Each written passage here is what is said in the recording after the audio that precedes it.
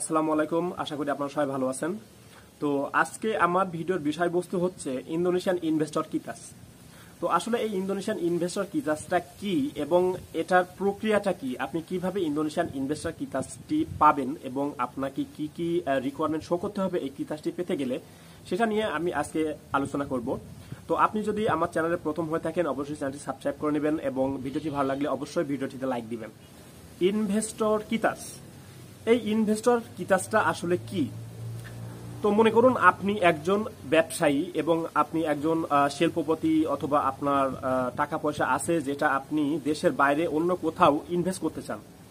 তো সেই ডেস্টিনেশন কান্ট্রিটা যদি হয় ইন্দোনেশিয়া এবং আপনি যদি বাংলাদেশ থেকে ইন্দোনেশিয়াতে আপনার যে পুঁজি সেটা যদি আপনি বিনিয়োগ করতে চান, তো সেই ক্ষেত্রে আপনি যে ভিসাটি পাবেন ইন্দোনেশিয়ার আসার জন্য বা থাকার জন্য বা ব্যবসা করার জন্য বা কোম্পানি খোলার জন্য, তো সেই ভিসাটার নাম হচ্ছে ইনভেস্টর কিতাস।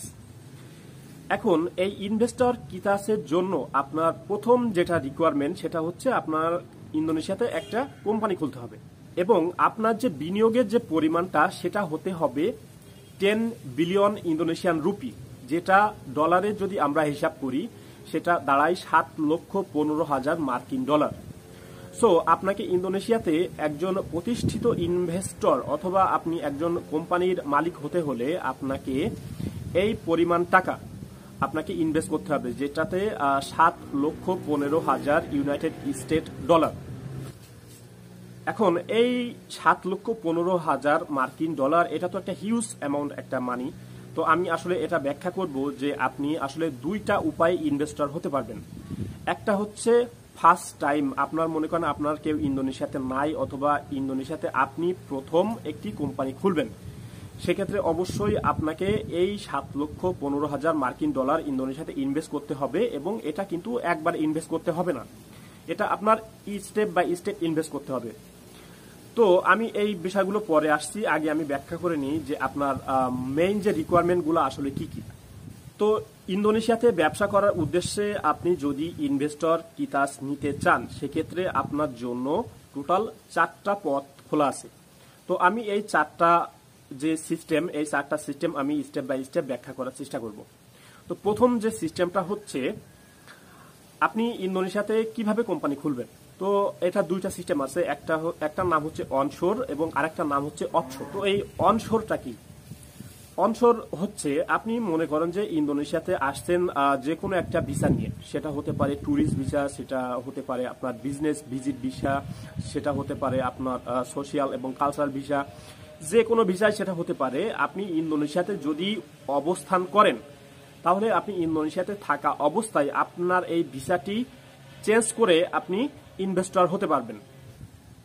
তো অফশোর হচ্ছে আপনি মনে করেন আপনি ইন্দোনেশিয়ার বাইরে অবস্থান করতেছেন, ইন্দোনেশিয়াতে আপনি নাই, তো বিশ্বের যে কোনো দেশ থেকে আপনি এই অফশোর ভিসাটি আবেদন করতে পারবেন, যেটা ইন্দোনেশিয়ান ইনভেস্টর কিতাসের জন্য অফশোর যেটা বললাম সেটা আপনি আবেদন করতে পারবেন এবং সেটা ইন্দোনেশিয়ার বাইরে অবস্থান করে, আপনাকে ইন্দোনেশিয়াতে থাকা লাগবে না, আপনি ইন্দোনেশিয়ার বাইরে যে কোনো দেশ থেকে আপনি এই অফশোর ইনভেস্টর কিতাসটি আবেদন করতে পারবেন। তো আমি আলোচনা করলাম অনশোর কি এবং অফশোর কি। অনশোর হচ্ছে আপনি ইন্দোনেশিয়াতে অবস্থান করতেছেন অন্য একটি ভিসা নিয়ে, কিন্তু সেই ভিসা থেকে আপনি আবার এই ইনভেস্টর কিতাসে রূপান্তরিত করতে পারবেন, এটা হচ্ছে অনশোর।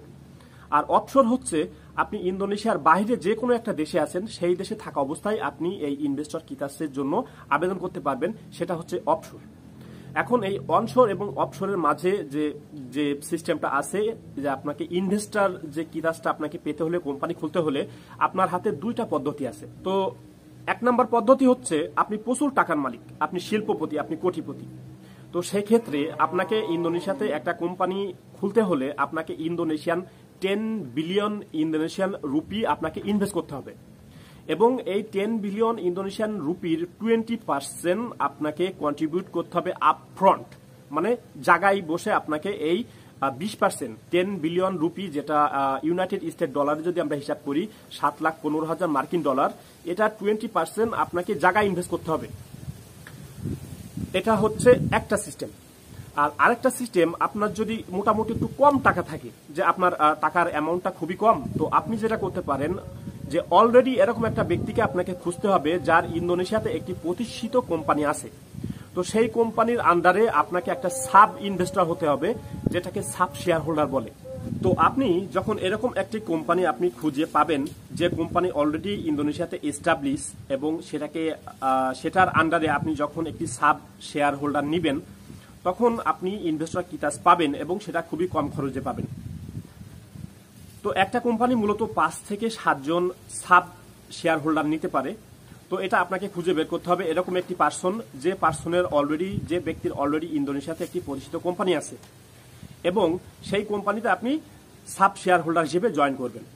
এখন আসি, এই ইনভেস্টর কিতাস পেতে হলে সেটা আপনি আপনার ফার্স্ট টাইম হোক অথবা আপনি সাব শেয়ার হোল্ডার হোক, যেটাই হোক না কেন, এই ইনভেস্টর কিতাসের জন্য যে সামগ্রিক যে রিকোয়ারমেন্ট, সবার জন্য যে রিকোয়ারমেন্টগুলো লাগবে, সেই রিকোয়ারমেন্টগুলোর ভিতরে প্রথম রিকোয়ারমেন্ট হচ্ছে ইন্দোনেশিয়াতে আপনার একটি কোম্পানি থাকতে হবে। তো ইন্দোনেশিয়াতে আপনি কোম্পানি, আমি আগেই বলছি, আপনি ইন্দোনেশিয়াতে অবস্থিত অবস্থায়ও আপনি কোম্পানি করতে পারবেন এবং ইন্দোনেশিয়ার বাইরে অবস্থিত থাকা অবস্থায়ও আপনি কোম্পানি করতে পারবেন। তো 1 নাম্বার রিকোয়ারমেন্ট হচ্ছে ইন্দোনেশিয়াতে আপনাকে একটা কোম্পানি এস্টাবলিশমেন্ট করতে হবে। তো কোম্পানি এস্টাবলিশমেন্ট করার ক্ষেত্রে আপনার একটা অফিস লাগবে অথবা একটা জায়গা লাগবে যেটা আপনার কোম্পানি হিসেবে পরিচিত হবে। অতএব আপনার ইন্দোনেশিয়াতে একটা ঠিকানা লাগবে। আপনার যে কোম্পানি যেখানে হবে সেখানে আপনার একটা ঠিকানা থাকবে। তো ওই কোম্পানির যে ঠিকানা থাকবে সেখানে একটা ফোন নাম্বার থাকবে, একটা ইমেল নাম্বার থাকবে এবং এগুলো ইন্দোনেশিয়ান হতে হবে। ফোন নাম্বার ইন্দোনেশিয়ান, ইমেইলের কোনো কান্ট্রি কোনো রেস্ট্রিকশন নাই, যে কোনো ইমেল হলেই হবে। ফোন নাম্বারটা ইন্দোনেশিয়ান হতে হবে এবং ঠিকানাটা ইন্দোনেশিয়ান। তো আপনার যখন ইন্দোনেশিয়াতে কোম্পানি হবে এবং ওই কোম্পানির একটি অ্যাড্রেস থাকবে এবং ফোন নাম্বার থাকবে, তো তারপরে আপনার কি লাগবে? তারপরে আপনার লাগবে আপনার একটা ট্যাক্স আইডি, ইন্দোনেশিয়াতে যেটাকে এনপিওপি বলা হয়। তো আপনার লাগবে একটা ট্যাক্স আইডি এবং ইন্দোনেশিয়ার যে আপনার বাণিজ্য যে মন্ত্রণালয়, সেখান থেকে আপনার একটা সুরাত, যেটাকে বলা হয় সুরাত বা পারমিশন লাগবে। তো এই বিজনেস পারমিশন বা সুরাত ইজিন বিজনেস, ট্যাক্স আইডি, আপনার Indonesian phone number, email number এবং আপনার কোম্পানির ঠিকানা এবং একটি কোম্পানি। তো এই সবকিছু মিলায়ে যখন আপনার রেডি হবে, তো রেডি হওয়ার পরে এই ডকুমেন্টগুলা মনে করেন যে এখান থেকে প্রসেস করার পরে, রেডি করার পরে আপনি যদি বাংলাদেশে অবস্থান করেন বা বিশ্বের অন্যান্য দেশে অবস্থান করেন, তো তখন এই কাগজপাতিগুলা, এই ডকুমেন্টগুলা নিয়ে আপনাকে সেই দেশের, মনে করেন আপনি বাংলাদেশ থেকে, কথা আমি ফর এক্সাম্পল আমি বাংলাদেশের কথাই বলি, তো মনে করেন আপনি বাংলাদেশে এখন অবস্থান করতেছেন। এখন আপনি বাংলাদেশ থেকে অবস্থান করা অবস্থায় আপনি এই ইন্দোনেশিয়ান ইনভেস্টর কিতাসের জন্য আবেদন করবেন। তো আমি এর পূর্ববর্তী যে রিকোয়ারমেন্টগুলোর কথা বললাম, যে আপনার একটা কোম্পানি ওপেন করতে হবে, কোম্পানি একটি ঠিকানা থাকবে, কোম্পানির ফোন নাম্বার থাকবে, আপনার একটি ইমেইল অ্যাড্রেস থাকবে এবং ইন্দোনেশিয়ার আপনার একটি এনপিওপি কার্ড বা ট্যাক্স আইডি কার্ড থাকবে। তো এই ডকুমেন্টগুলো থাকার পরে আপনি বাংলাদেশে যেটা করতে হবে, যে ওই যে আমি 10 বিলিয়ন ইন্দোনেশিয়ান রুপিয়া, যেটা ইউনাইটেড স্টেট ডলারে হয় 7,15,000 মার্কিন ডলার, এই টাকাটা 20% ব্যাংক স্টেটমেন্ট আপনাকে দেখাতে হবে। তো এই টাকাটা 20% ব্যাংক স্টেটমেন্ট হচ্ছে 1,43,000 ইউনাইটেড স্টেট ডলার। এখন এই টাকাটা আপনাকে ব্যাংক স্টেটমেন্ট দেখাইতে হবে। দেখানোর পরে আপনি এই ডকুমেন্টগুলা এবং ব্যাংক স্টেটমেন্ট যখন আপনি এম্বাসিতে জমা দিবেন, তখন এম্বাসি সবকিছু ভেরিফাই করে আপনাকে 2 বছরের C3-on-4 ইনভেস্টর কিতাসের যে ক্যাটাগরি C3-on-4, যেটা 2 বছরের, তো আপনি 2 বছরের একটা ভিসা পাবেন। তো এই ভিসাটা নিয়ে আপনাকে ইন্দোনেশিয়াতে ফ্লাই করতে হবে। ফ্লাই করার পরে আপনার এই 30 দিনের ভিতরে পাসপোর্ট আবার জমা দিতে হবে। জমা দিয়ে এই ভিসাটা আপনার ইমিগ্রেশন থেকে আপনার হবে, ভেরিফাইড হয়ে তারপরে ওরা অ্যাপ্রুভ করবে। অ্যাপ্রুভ করার পরে আপনি 2 বছরের ভিসা একবারে পেয়ে যাবেন। তো এখন মনে করেন আপনার ইন্দোনেশিয়াতে কোম্পানি হয়ে গেল, আপনার ব্যবসা প্রতিষ্ঠান আছে, আপনার কোম্পানির ঠিকানা আছে। এখন এটাকে আপনি যদি এটা যদি আপনার ফার্স্ট কোম্পানি হয়, এই কোম্পানির আন্ডারে আপনি আরো 5 থেকে 7 জন শেয়ার হোল্ডার আপনি যোগ করতে পারবেন। তো এই ছিল রিয়েল ইন্দোনেশিয়ান ইনভেস্টর কিতাসের প্রসেস এবং আপনাকে কত টাকা দেখাতে হবে, কিভাবে কি করতে হবে এবং কোথায় কি করতে হবে, আমি মোটামুটি একটা আইডিয়া দিলাম। তো এই ছিল রিয়েল ইনভেস্টর। আপনি যদি অ্যাজ এ রিয়েল ইনভেস্টর ইন্দোনেশিয়াতে আসতে চান এবং আপনি যদি ইন্দোনেশিয়াতে কোনো ব্যবসা প্রতিষ্ঠান বা কোম্পানি খুলতে চান, আপনাকে এই পদ্ধতিগুলো ফলো করতে হবে। এবং আমি যে টাকাটা ইনভেস্ট করার কথা বলেছি সেটা হচ্ছে আসলে গভর্নমেন্ট থেকেই বলা, এটা আমারও নিজের কোনো কথা না। সো এই টাকার পরিমাণটা, এই টাকাগুলো আপনাকে স্টেপ বাই স্টেপ ইন্দোনেশিয়াতে ইনভেস্ট করতে হবে। ইনভেস্ট করে আপনাকে ইন্দোনেশিয়ার প্রপার্টি দেখাইতে হবে, সেখানে আপনি কোথায় কোথায় ইনভেস্ট করছেন তার একটা ডকুমেন্ট আপনাকে দেখাতে হবে গভর্নমেন্টে। প্রত্যেক বছর আপনাকে ট্যাক্স পে করতে হবে অথবা জিরো ট্যাক্স রিটার্ন দিতে দেখাতে হবে যদি আপনার ইনকাম না থাকে। তো এই ছিল ইন্দোনেশিয়ার ইনভেস্টর কিতাসের প্রসেস এবং একটি বেসিক আইডিয়া আমি দেওয়ার চেষ্টা করলাম। আশা করি আপনারা সবাই বুঝতে পেরেছেন। অনেকেই আছে ইন্দোনেশিয়ার ইনভেস্টর কিতাস শুধুমাত্র যদি আপনি শুধুই কিতাস প্রসেস করে যদি ইন্দোনেশিয়াতে আসেন এবং ইন্দোনেশিয়াতে যদি আপনি কোনো ধরনের ইনভেস্ট না করেন, আপনি 1 বছর হোক 2 বছর হোক আর 3 বছর হোক, কোনো না কোনো এক সময় আপনি ইন্দোনেশিয়ান ইমিগ্রেশনে এই তথ্যটি যদি আপনার বিষয় যদি এই তথ্যটি তারা পায় যে আপনি কোনো ধরনের ইনভেস্টমেন্ট ছাড়াই ইন্দোনেশিয়াতে অবস্থান করতেছেন এবং আপনি আসলে নামেই ইনভেস্টর হিসেবে ইন্দোনেশিয়াতে আছেন কিন্তু আপনার কোনো প্রপার্টি নাই, আপনার কোনো ইনভেস্ট নাই, তাহলে কিন্তু আপনার হয়তোবা ইন ফিউচারে আপনার জন্য এটা খুবই সমস্যার কারণ হয়ে দাঁড়াবে। এমনও হইতে পারে ইন্দোনেশিয়ান ইমিগ্রেশন আপনাকে ডিপোর্ট করে বাংলাদেশে পাঠিয়ে দিবে। সো সবকিছু জানালাম আমি। এখন আপনাদের এই প্রসেস অনুযায়ী যদি আপনাদের ওইভাবে টাকা পয়সা থাকে বা ওইভাবে বাজেট থাকে, আপনারা ইন্দোনেশিয়াতে ইনভেস্টর হিসাবে আসতে পারেন এবং ইনভেস্টর কিতাস আপনারা এই প্রসেসগুলো করতে পারেন।